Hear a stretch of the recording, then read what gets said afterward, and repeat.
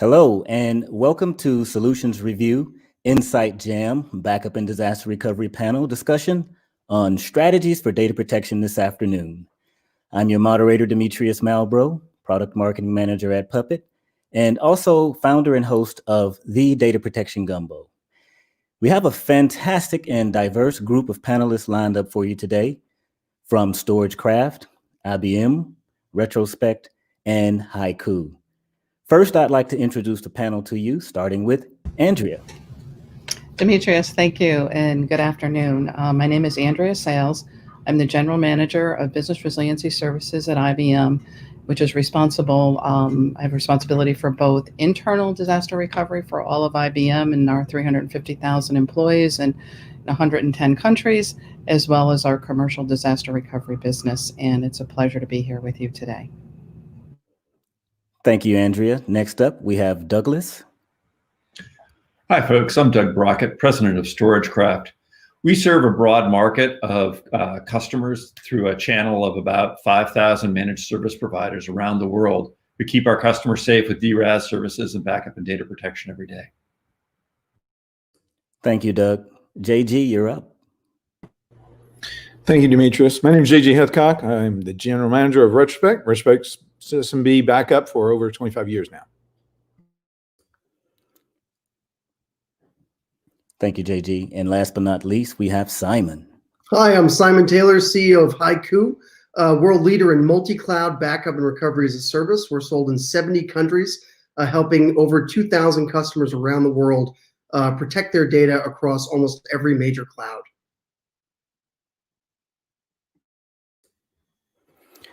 All right, so I appreciate everyone introducing themselves. Let's go ahead and get right into the topic for today, and that's strategies for data protection. The elephant in the room is obviously the pandemic, COVID-19. A vaccine is on the horizon. So let's start off with the first question to you, Andrea. How has this year's shift to remote work impacted day-to-day data protection operations from your perspective? Demetrius, thank you. I have to say, and I would think you would all agree, that it's changed almost everything in how we do our work today, how we provide services to our clients, and how we pretty much live our life. So it's kind of more than data protection, but it's kind of how everything in the world has changed. So I think one of the major changes that I've seen, especially as we look at data management and operations, is the remote workforce, right? We have all shifted, or most of us have shifted to a primarily remote workforce. I know IBM, as I mentioned, has 350,000 employees, and we've shifted to about 90 to 95% of those employees are remote today. And that brings with it, a number of challenges that we all have to face, right? One is increased security risk as we look at cyber attacks, which, as everybody knows, is on the rise anywhere from 500% to 700%, depending on the part of the world that you're working in and doing business in. And those are things that, have to be considered. And in the past, and I have to tell you that even I think that we look at our disaster recovery plans or our business impact analysis, nobody had ever really contemplated working from home 100% of the time or having their entire workforce work from home 100% of the time. So that's really, changed a lot about how we look at the world. The second thing that I think is really important is I think that there's been an acceleration of a digital transformation. And when I say that, it's really the migration to cloud. I hosted a panel a few months ago with a number of C-suite executives from the Atlanta, Georgia area. And many of them talked about how they were either accelerated their move to cloud or had already been in the cloud, but were really, thankful that they had been there. And one of the reasons for that was the ability to be able to support remote working.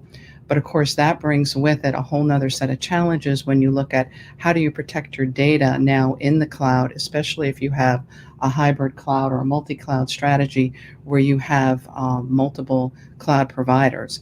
So I think if we look at, how has that remote work changed, it's security, it's having a hybrid cloud environment, it's how do you protect people that are working from home, either on an a corporate or a company sponsored device, or even on their own personal devices.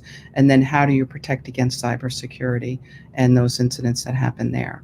So I think those would probably be the top 2 or 3 that I would say that have changed, certainly since the March timeframe. Awesome. Thank you for laying that out, Andrea. Those sound like some of the hottest topics going into 2021 that everyone needs to be aware of. Simon, do you want to chime in on this one? If you don't mind? First of all, absolutely, Demetrius. I couldn't agree more with what Andrea just said, actually. We actually titled this year not just the year of COVID, but the year of migration. HYCU is the first backup as a service vendor to provide natively integrated backup for Google Cloud. And I'll tell you, just 2 years ago, people were sort of saying, when my data is in the cloud, it must be safe. Well, my goodness, how that has changed. I mean, in the year of COVID, we are seeing so many people and so many businesses flock to the cloud. And now the systems integrators, the backup service providers, they're all sort of saying the same thing, which is the same rules that applied on-prem have to apply in the cloud for data protection. So you're seeing backup as a service in the cloud go from, I would sort of say, a second-class citizen to a first-class citizen, because all of a sudden people are saying, I've got to make sure all my applications and databases are protected. But by the way, I can't get professional services folks in.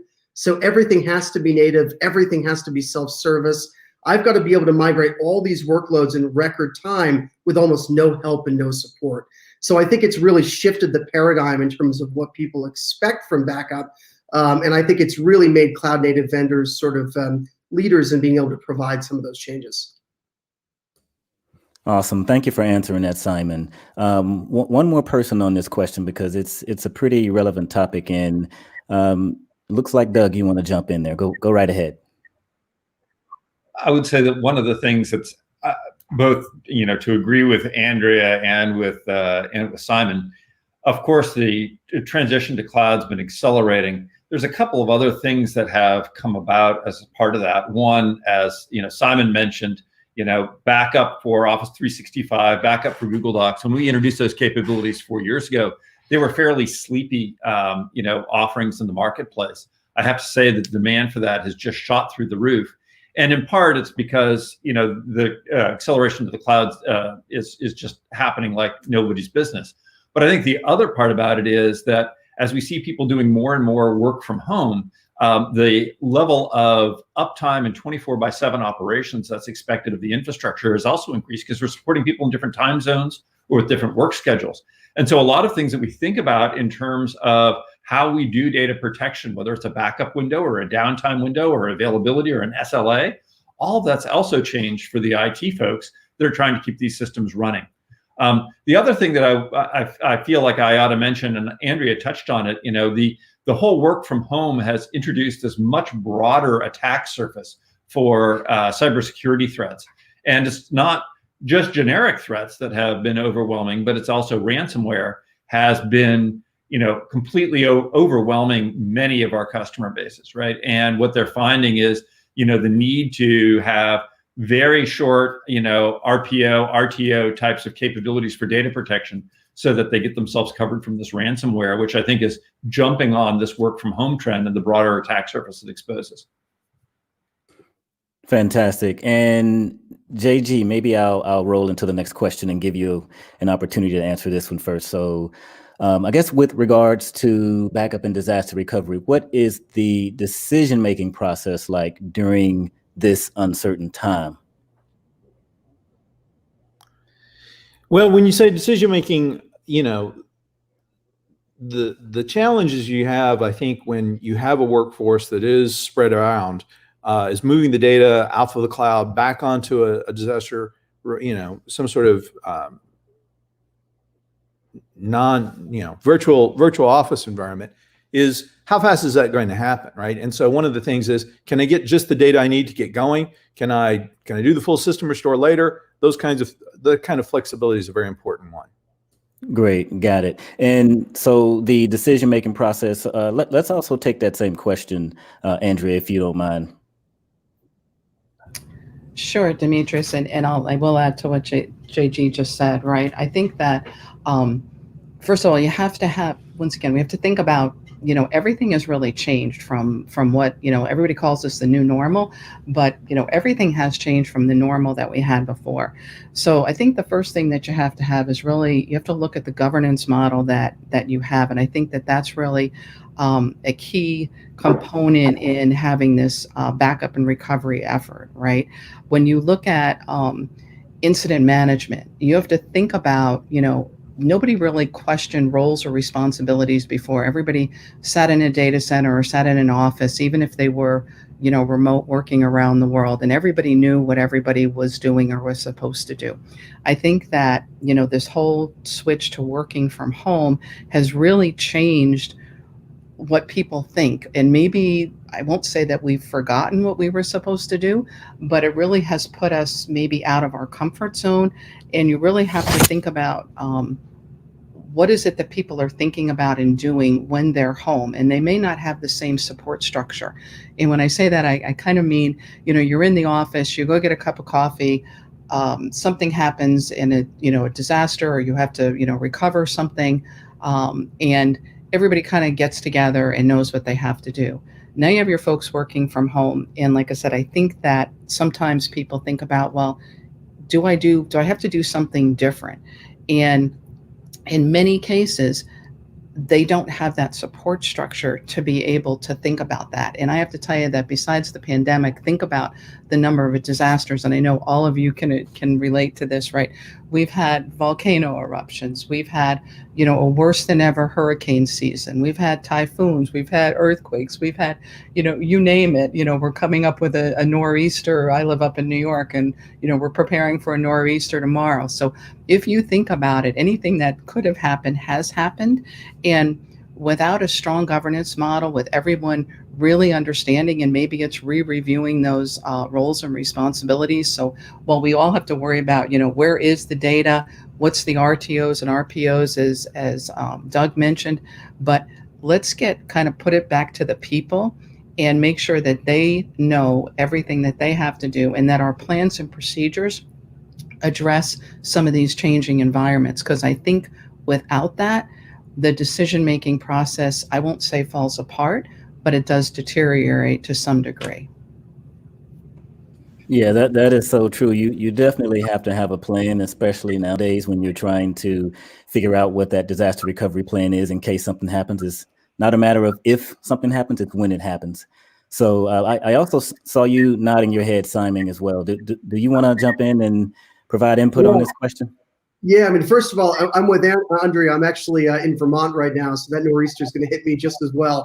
So I feel your pain from that front.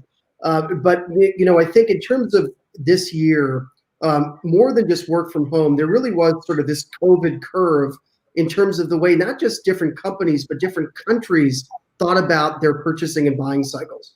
In the US, we saw pretty robust adoption almost immediately.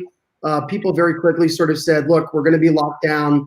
Things are going to be difficult. We're likely going to have more ransomware attacks. And we saw this sort of massive increase in, not only business, but just sort of new customer adoption and the time it was taking people to adopt. I think the digital transformation curve just sort of flew off the charts. In other countries, there was a bit more of a state approach. In some areas of Europe, for example, in the beginning, there was sort of 2 or 3 months where I think there was this quandary. Do we spend money now to protect ourselves, or do we wait and see?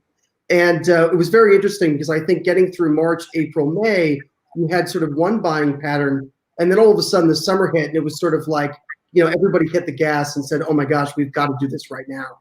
And what they meant and what they were doing was basically saying, these ransomware attacks are not going to stop.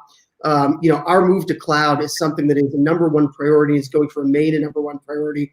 COVID's not going to go away in 3 months. This is sort of the new normal for all intents and purposes.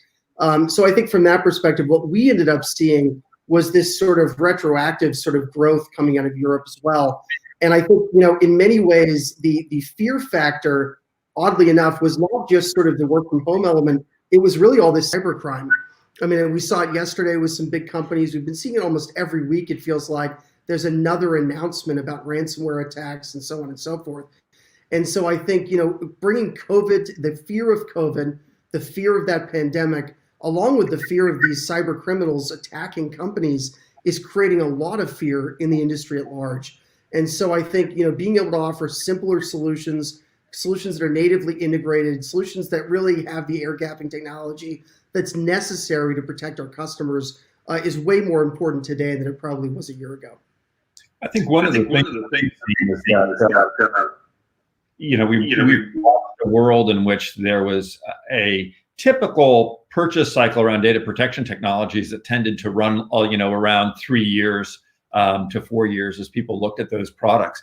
And what we saw this year when we surveyed customers of the market leading data protection brands is that 75% of them, as a result of COVID and work from home and security, we're now ready to start considering and looking at other brands and making a change, right? So there's this, to echo what Simon just said, right? We've had this acceleration of people looking at their business and saying, hey, either because I have an opportunity to do this or I have a requirement to do this, I'm now going to look at doing some significant changes into my data protection infrastructure. Great. And also, Simon, you mentioned ransomware. I'm not sure if we want to take it there, but I'm not seeing heads nod. It could be a long conversation, that's for sure. But yeah, I mean, certainly in our business, Demetrius, it's been something we're seeing more and more. And what we're seeing, in fact, is we've had some great use cases and case studies around customers who, because we are integrated at the storage snapshot level with the platforms that we support, and we've sort of made backup sort of a black box, it becomes something that's really difficult for hackers and ransomware sort of cyber criminals to get inside of.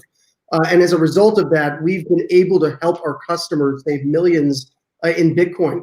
In situations where the FBI has been involved, the authorities are involved, people are saying, do we just pay this? And then because of the backup infrastructure that's in place, we actually have a backdoor, a way out for those customers. And I would say that, while COVID has been a very painful year for all of us, it's those moments where you feel really good about your job and about the company because you realize you are really helping people.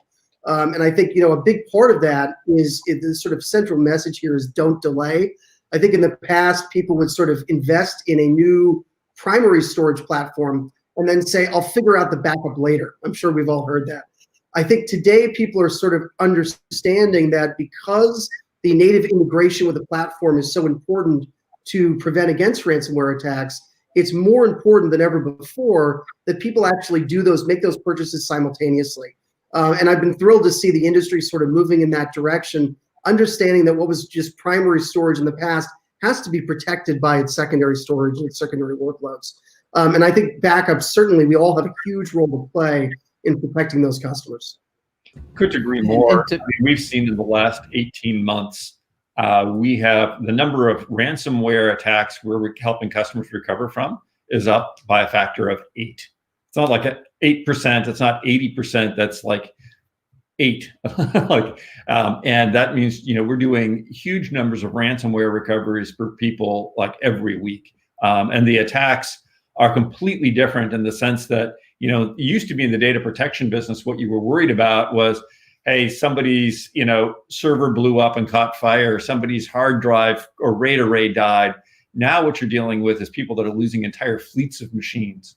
And when that happens, you're talking about recovering, hundreds to thousands of VMs at one point in time. So it's a completely different animal, and it's a sharply accelerating trend. So let's go ahead and go sorry, ahead. Demetrius, just real quick.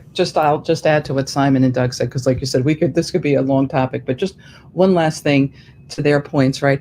The cyber criminals today are focusing on attacking the backups. Right. In the past, as you said, everybody could kind of say, okay, well, I'll just go to my backup and restore. More and more of the cyber attacks that we're seeing today are focused on, they first destroy the backup, then they move to other parts of the business. So you kind of have to switch your mindset and think about that, because that really is different than what's been done before. So that's my only kind of point of, awareness or just a comment to this whole thing, because that's a change that we really hadn't seen before. Everybody figured they had backups, they would be good. That's not the case anymore. Well, and then just again, echoing everyone else's statement, part of it is the old 3-2-1 rule, I think, is something for us to recall. The idea that you want to have not just one destination for your backups, because of that kind of weak link, right? You want to have two different kinds of sources. Again, if you want to have something nearline, something that you're going to be able to access readily, quickly, and then something that's offline, some sort of, whether it be, Glacier or some other kind of cold storage, could be tape for all we know, right? Again, it's important to have that kind of flexibility. All right, and so let's shift a little bit. Since you're talking 321 JG, I want to mention and bring up. Let's shift a little bit to cloud. So, how has the role of the cloud changed since last year, and how important is the cloud to a current data protection strategy? Who wants to go first? All right, Doug. Let's see what you have. I say this because we are a company that's evolved from being a on-premises backup company for many years to introducing DRAS functionality probably three years back. I would say the thing that we've seen happen is that where people used to view cloud as, hey, it's backup as a service, it's an offsite copy, I'm dropping it in Glacier. Today, 90+% of what we sell from a cloud perspective, or what our customers buy, is a full-on disaster recovery virtualization capability, ability to really spin up and continue their business. So it's been a shift from cloud as backup to cloud as DR. And the RTOs that customers are looking for there, I think in part because of this 24/7 nature of business that's spreading. I mean, the RTOs that people are looking at there are now, down to minutes on a cloud virtualization capability for sort of fully orchestrated bring-ups of large infrastructure. So the expectations about what cloud's going to bring has been gone from, okay, I'm going to need it to get my data back on-prem, to saying, no, I'm going to use this to run my operation in the cloud and sustain that for a long period of time. And in fact, it's become a stepping stone even for people's migration to the cloud on a long-term basis. So I'd say that was been a big difference for us over the last year, and I think COVID's accelerating it. I'm happy to add on to what Douglas just said, actually. Sure. I again fully agree with Doug. I think COVID has certainly accelerated every aspect of cloud adoption in a lot of different ways. And I think the concept, what we call backup as a service at HYCU, is really backup and recovery, application and database recovery, migration, and disaster recovery as a service. I think it's almost become table stakes at this point, where you really do have to have all three of those elements. I think one of the big differentiators this year in terms of cloud adoption was the need to do this migration. And again, calling this the year of migration, as I said in the beginning, I really do believe that is where we are as a world, as a global community. I think everything from moving a full SAP HANA instance, from on-prem to cloud, these were things that used to take a year of planning, and people would hire consultants and so on and so forth. Now it's sort of like, we've got 3 months. We need to be production ready, in Azure, in GCP in 3 months' time, and we can't make any mistakes, and we've got to protect our workloads as we make the move. So I think again, having that native integration is very important, having that migration capability. But the other area, I think, is understanding that these hyperscale platforms are so powerful. And being able to leverage a lot of the technology that comes out of the platform can really be the secret sauce between a native purpose-built backup and recovery service and something that's sort of legacy and being jerry-rigged to work. And I think this has become a big sort of bifurcation in the industry. You've got sort of us newbies, who sort of had the privilege of being able to build data protection technology, REST API based, in the last couple of years. And we're saying, look, let's leverage the security protocols provided by the platform. Let's make sure that this is a marketplace service that people can easily turn on and start using, because we want this to be so tight that it's more secure. We don't want to reinvent the wheel. We want to leverage the billions of dollars that these platforms are spending so we can make our services as tight as they can possibly be. And I think ultimately the customer wins, in that scenario. I agree, and I think one of the things that we found in our public cloud relationships with hyperscalers is the ability to bring surge capacity to the game when customers need surge compute functionality. So, one of the drivers that drove us to a large hyperscaler partnership was just the ability to handle the black swan events that can strike our customers these days. For sure. I think also it is important to think about just as customers are needing to migrate their front end, the backup services also need to be able to migrate from different things, whether it's going from local services to, private cloud, public cloud. That kind of migration is an important feature. Andrea? And just one last thing on that, I think. So I agree with everything that everybody said. And I like the fact that Doug talked about the Black Swan event. So, having the ability to be able to scale up and scale down, and to JG's point, front end or back end on when you need that is great. But once again, back to, let's not forget, when we look at how do we protect that data, it's not inherent in a lot of that. And the having the cloud environment and having gone there so quickly, as Simon had said, not everybody has thought about how am I going to do DR or backup in the cloud. And it's not inherent sometimes in some of the cloud providers, nor is it, if you have more than one provider, you have to figure out how do you do that, right? How are you going to integrate your business and at the same time make sure that you're protecting that business when you have, critical pieces of that business running in different platforms and in different providers. So I think that brings an additional level of complexity. I think, Simon, you said it early on, it kind of, backup was like kind of an afterthought, and now we're kind of like the star of the show. So I think it's really changed how we as professionals and a lot of our clients, look at or need to look at, that acceleration. Yeah, I actually like that statement, Andrea, that backup is the star of the show. Let's put a spotlight on data protection professionals. So the question targeted at data protection professionals would be, what are the specific challenges today's data protection professionals are facing? Doug, you want to jump in and take that one first? Well, we have a lot of them. I mean, we have a very, very broad channel of lots and lots of value-added resellers and managed service providers. And so I hear on a regular basis about what's, jamming up their business today. Of course, nobody's able to make, house calls in the way that they used to, or at least not with the frequency. And so they're obviously looking at more remote access technologies and ways to get on-prem without being on-prem. And what that means for them is that when technology is down, which is often the case when they're looking at how to do data protection events, right? Exactly the mechanisms they need to get remote access are also no longer available, right? So whether it's making out-of-band hardware solutions that help solve their problems so they can get that remote access, moving more and more of the functionality from a command and controls perspective into the cloud versus being on-prem, so they've got better accessibility that way. Those have been critically important to those guys. Figuring out how to do more capabilities with drop ship so that customers can do stuff on their own premises has helped a lot of our SMB channel-based guys solve problems without having to, do a truck roll. I think those things have been really important. And then I think the human aspect of this is also, something that's really come to the forefront.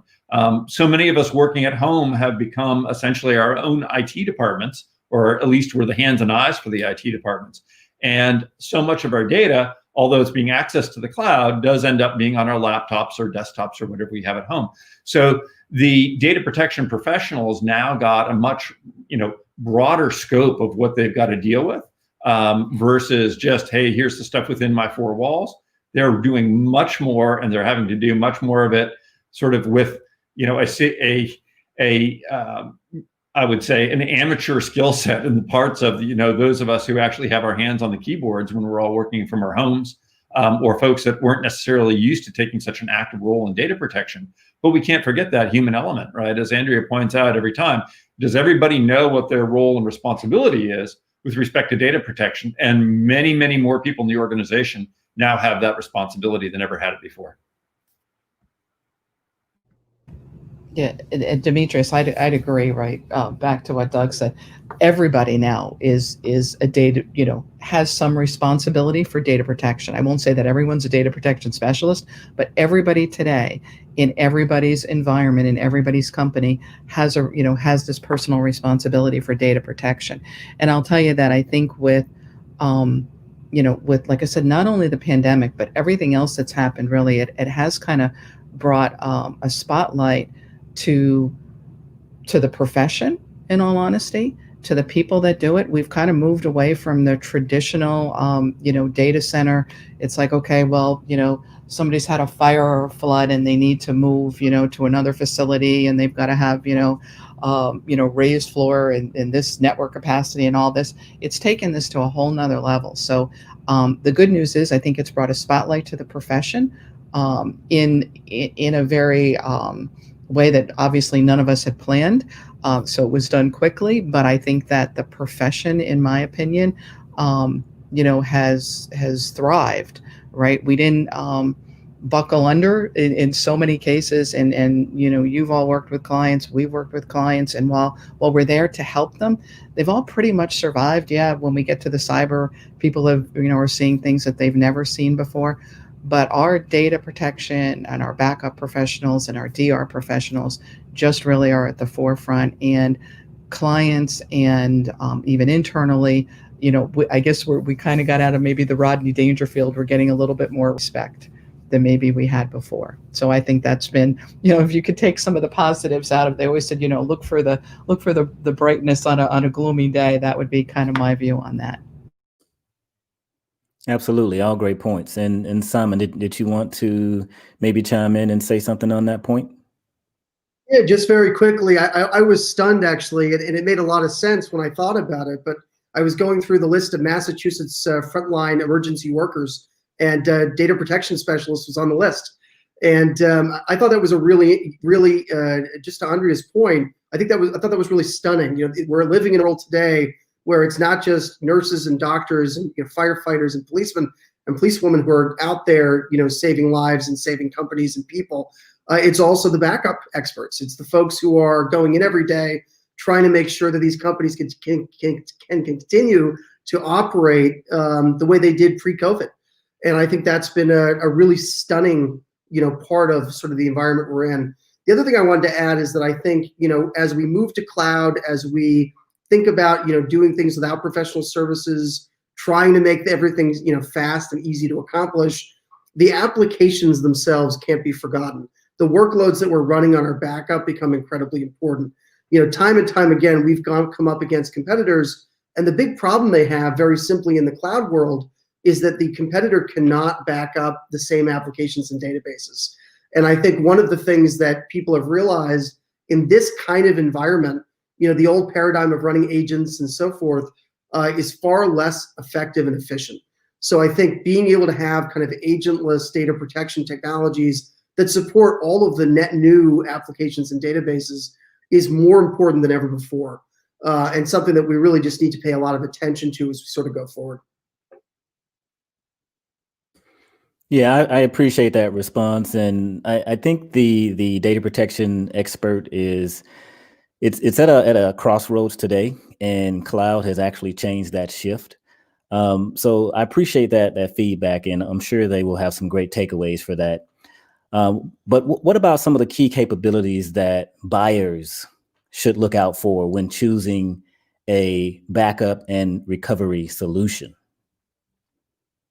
JG, how about you? Thank you. This kind of ties back to some of the other things people were saying. So what's a challenge for an MSP or an IT department or whatever who's going to be providing backup services? Aside from all the things we've already mentioned, we also think about analytics and management, right? Do they know what's being backed up? Do they know what's not being backed up? Do they know when it got backed up? Do they know they're able to restore the data? These are all very important things for them to be looking at. So, and Demetrius, I think I'd add to what JG said. I think when I look at that, there's three kind of things. One is we talked about the emerging, the change from traditional to, the new data protection. And when looking at backup and DR, how do I look at that? So I think it's being able to transition from traditional to what we are seeing today, especially we look at, cyber.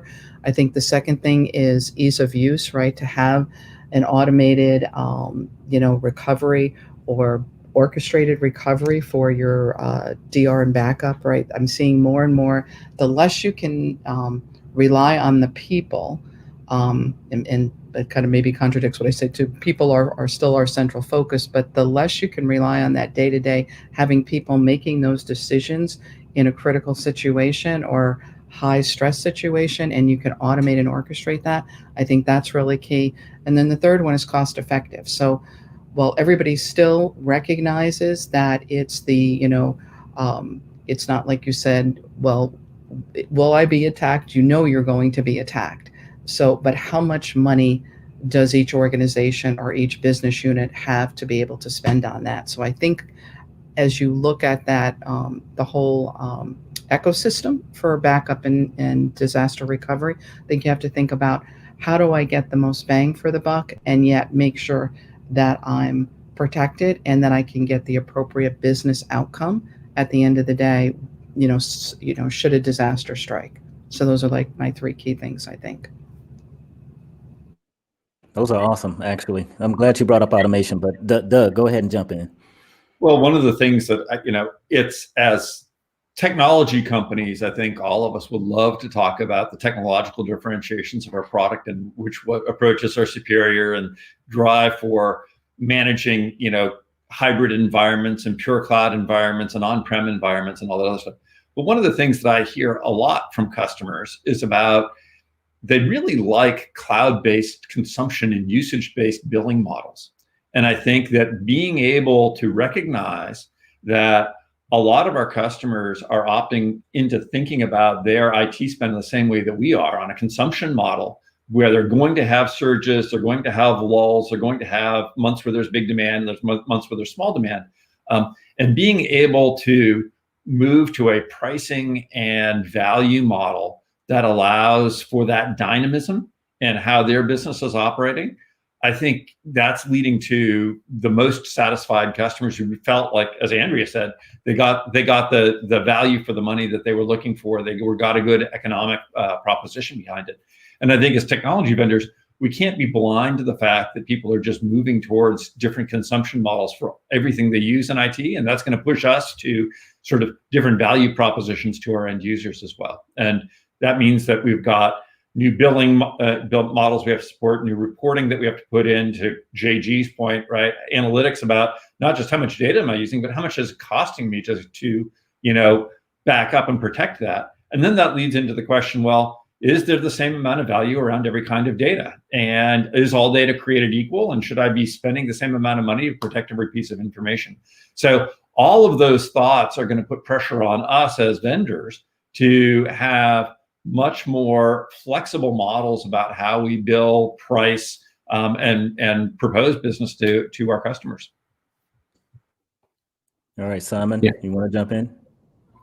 Douglas, I have to say, I completely agree with everything you just said. I think that's so important. We're seeing exactly the same thing.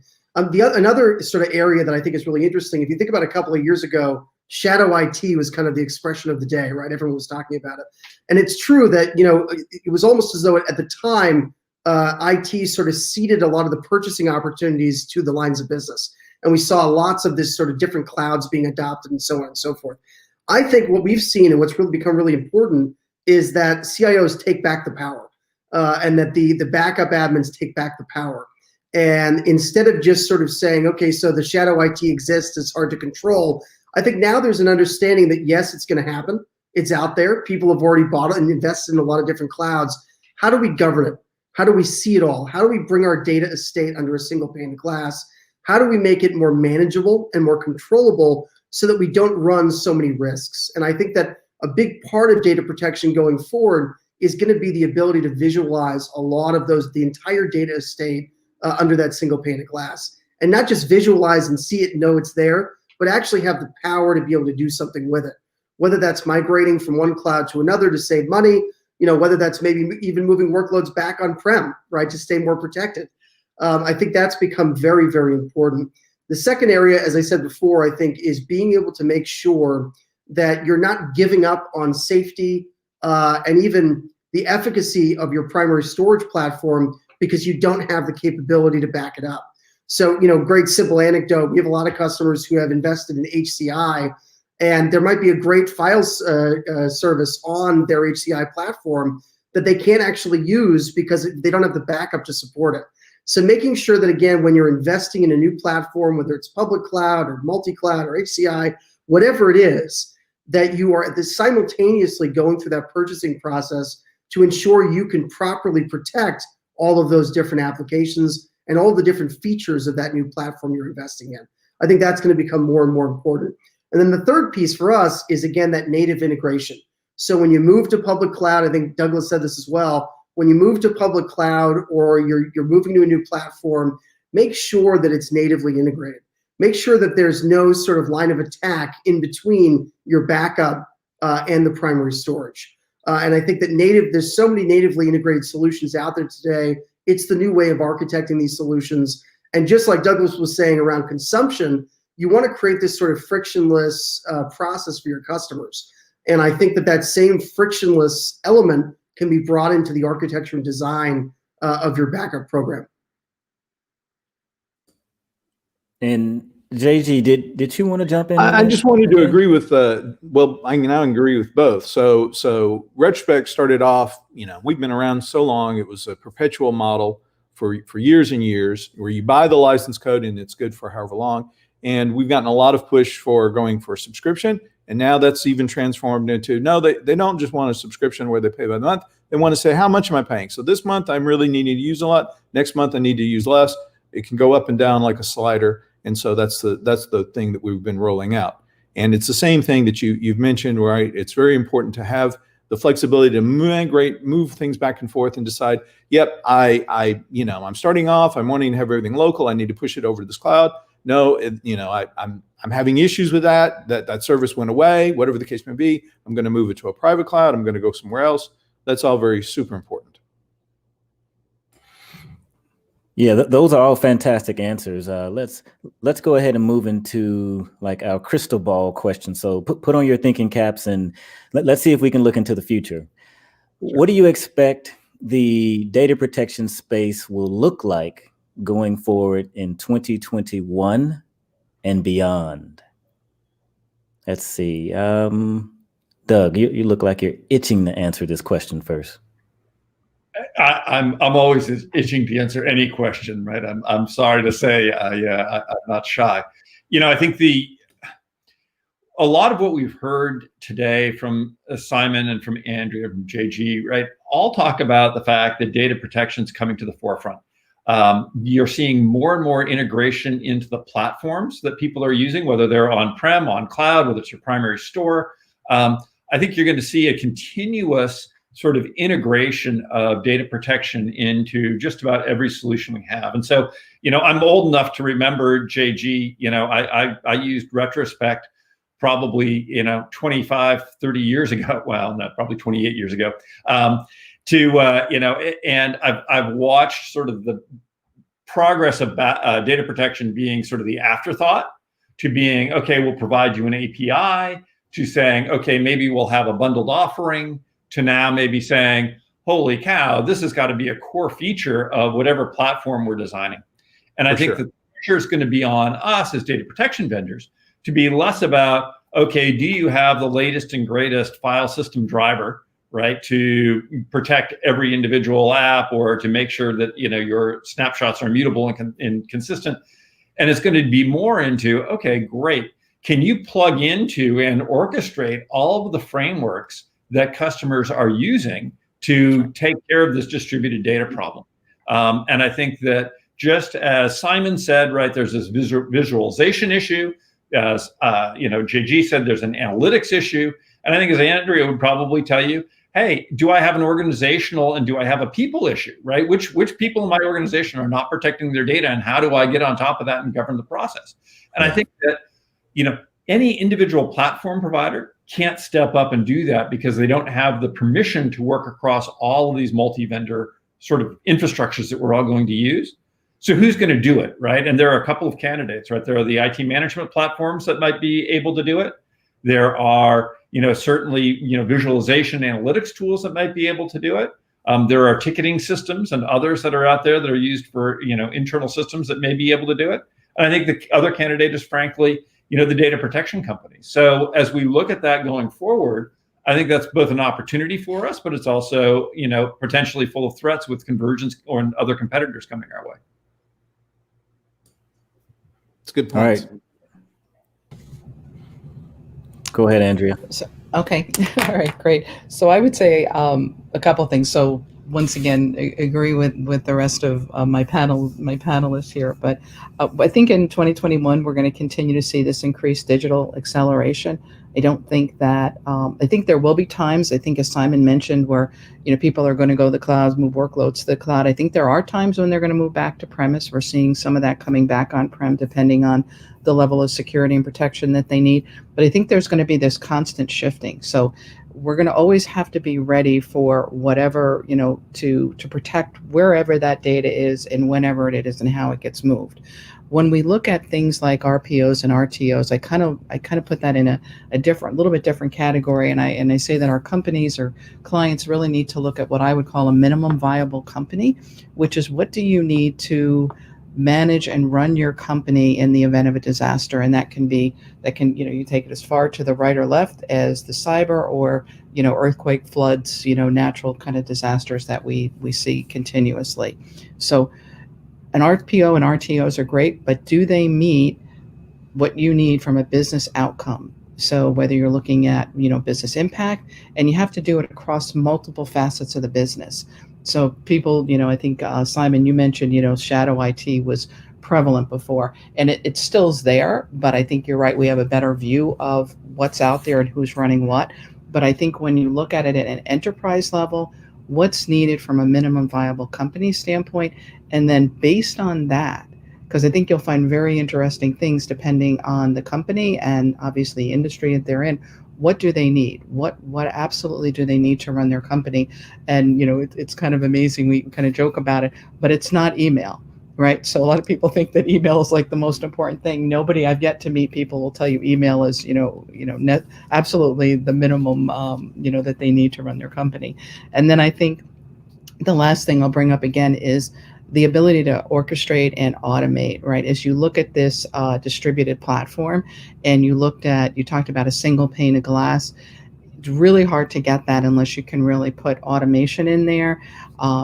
So I think, Simon, you mentioned, immutable storage, air gapping, making sure you have a golden copy of your data and that it truly is golden and hasn't been touched or hacked into over the past 180 days and things of that nature, and then being able to orchestrate that and making sure that when you come back, that's orchestrated. And like I said, you take people out of the process as much as you can, but people are kind of still running it from an overall governance standpoint. So those are the probably the top 2 or 3 things that I would say that we'll see continue into 2021.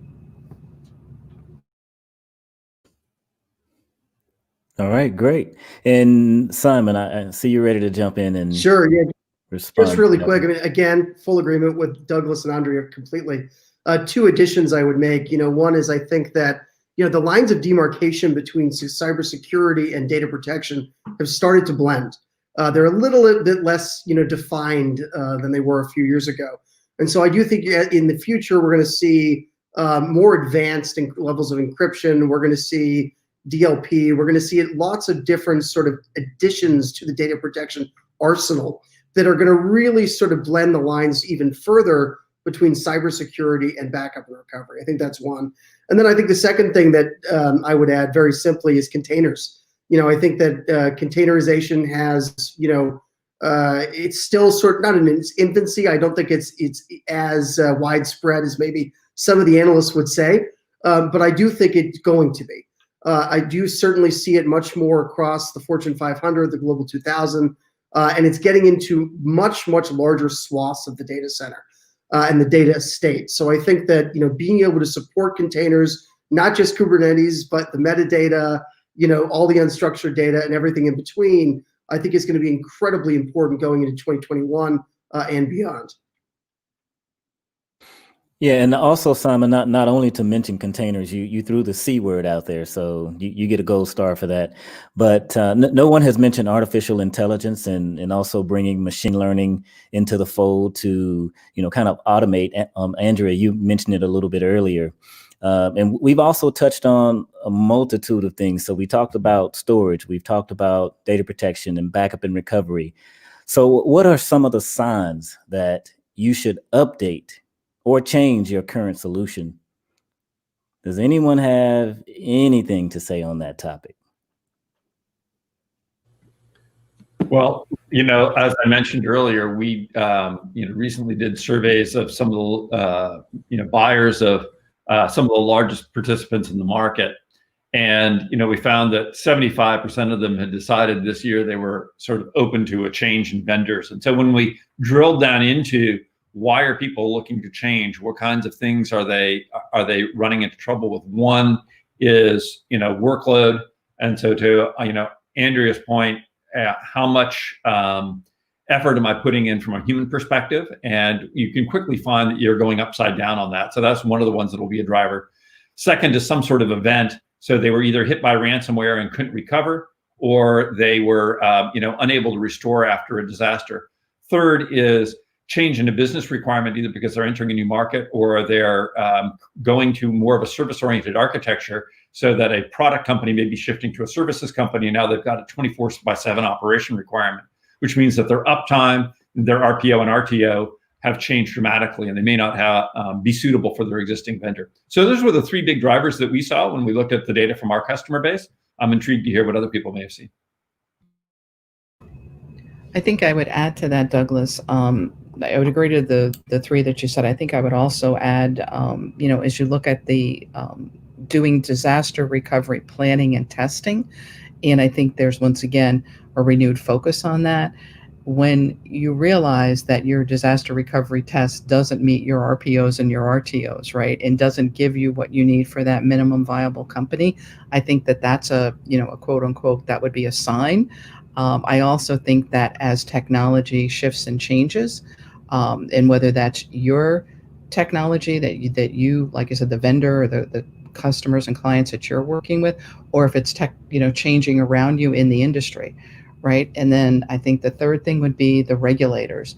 Many of the industries now, since the pandemic on a worldwide basis, finance has always been highly regulated. Insurance to some degree has been, in that same category. But I think as you look at regulations out there, a lot of people are finding that their backup and disaster recovery and protection, data protection management practices do not meet what the regulators are asking for. And I specifically was actually talking to somebody this morning about the healthcare industry and hospitals. And we're seeing hospitals being attacked more. Once again, a lot of these criminals take advantage of these, unfortunate times with the pandemic. And hospitals are becoming more and more regulated, and the regulators are saying you have to be able to protect patient records, so that if we have somebody in the operating room or about to receive a chemo treatment and systems go down, you could kill the person if you don't have that ability to be able to get those records and have them available. So I think regulation would be the third one that I would say when you look at what are some of the signs. It's kind of an external force, but it just means you better be doing something internally to address that. I would just say very quickly, I like what Douglas said about, when it goes upside down in terms of adoption. And I think it's really true. When you're spending more time on your backup than you are on your primary storage, there's a problem. I think when you are slowing down adoption of a new primary platform because of your data protection, there's a problem. So when you just very simply look at how many resources are being expended, how much time you're putting into each of those segments of your data estate, you can pretty quickly see when there's a problem. But I think the biggest thing for us is just very quickly, is the primary storage platform, are you able to get the most out of it? Are there areas where your data protection is failing you or preventing you from using maybe even some of that functionality? And if that's the case, it's time to go. Time to move to something new. Once again, I'm just in agreement with everyone. I think at the end of the day, the question always comes down to, can you restore the data that you need? And when does that change, right? As Douglas has said, and as others have said, when the regulations change, when your business changes, when the services that you were using to save your data on, when those things change, those are always good moments to go, is my data actually going to be restorable? Am I going to be able to do what I need to do? And can I manage it? As I think Douglas mentioned, As things get more and more complicated, it can take more and more time to figure out what's going on, both to set up and also to make sure things are continuing to work. And so again, every once in a while, it's good to look back and say, is this a good point to make a change? All right. And I also wanted to just remind the audience that feel free to type in the comment section and answer and I guess ask your questions. I definitely can field those questions if you like. We have a few minutes left. And if there are no further questions that are coming in, I guess maybe one more question that I have is I would like to close out on the storage and backup administrator. Let's say, for instance, we have someone out of work right now just due to the pandemic. They're looking for work. What is the number one skill you think that storage or backup administrator should be working on moving into 2021? And let's see, shall I pick someone? Doug, go ahead. Again, we have a very, very broad channel of managed service providers and value-added resellers, and I can say that at that level, a broad set of skills around the virtualization platforms and the cloud platforms, I think, are places where there is a deep need right now. I mean, if you are someone who is well talented in the APIs of the hyperscalers and in their offerings, that is a great asset to have right now, because a lot of people are looking to use that as their disaster recovery platform. There's also a very transportable skill into other parts of the IT space. So I think that's probably one of the areas where I would say, hey, brush up on your skill set there, make sure you're well trained. I think that's going to stand you in good stead. I think, Demetrius, I think that's my top three that I would think about. The first one Douglas had as well is, cloud skills, right? Obviously, like I said, things are moving away from the traditional roles to cloud roles. So I would say cloud. I would say understanding containers. So you gave Simon a gold star, so maybe I get a bronze star for containers, but understanding what that means and how that's factor into the profession today. And then I think my third one is going to be AI. I think anything that anybody can learn about or brush up their skills on artificial intelligence and automation, I think that makes them a stronger candidate moving into the industry. All right, close us out, Simon. Fully agree with Douglas and Andrea once again. I was going to say the same thing actually around platform and hyperscaler certification. Going out, getting those certifications. We always ask our own engineering team at HYCU to really understand the platforms and get as many certifications as they can. So I think that's really important. The other area is cybersecurity. We've talked a lot about ransomware. We've talked a lot about this sort of coming together of both data protection and cyber. HYCU actually partners with the Boston College School of Cybersecurity, run by Kevin Powers, and the certification program there is incredible. So get online, take one of those courses, understand more about the threats and the risks that are out there. And I think that's going to really hold you in good stead. All right. Well, fantastic. I would like to thank all of our panelists for taking time out of their day, and also the audience for tuning in to Solutions Review Insight Jam, Backup and Disaster Recovery panel discussion on strategies for data protection. Thank you. Thank you, Demetrius. Thank you. Have a great day, everyone. Thanks very much, guys. Great to meet you.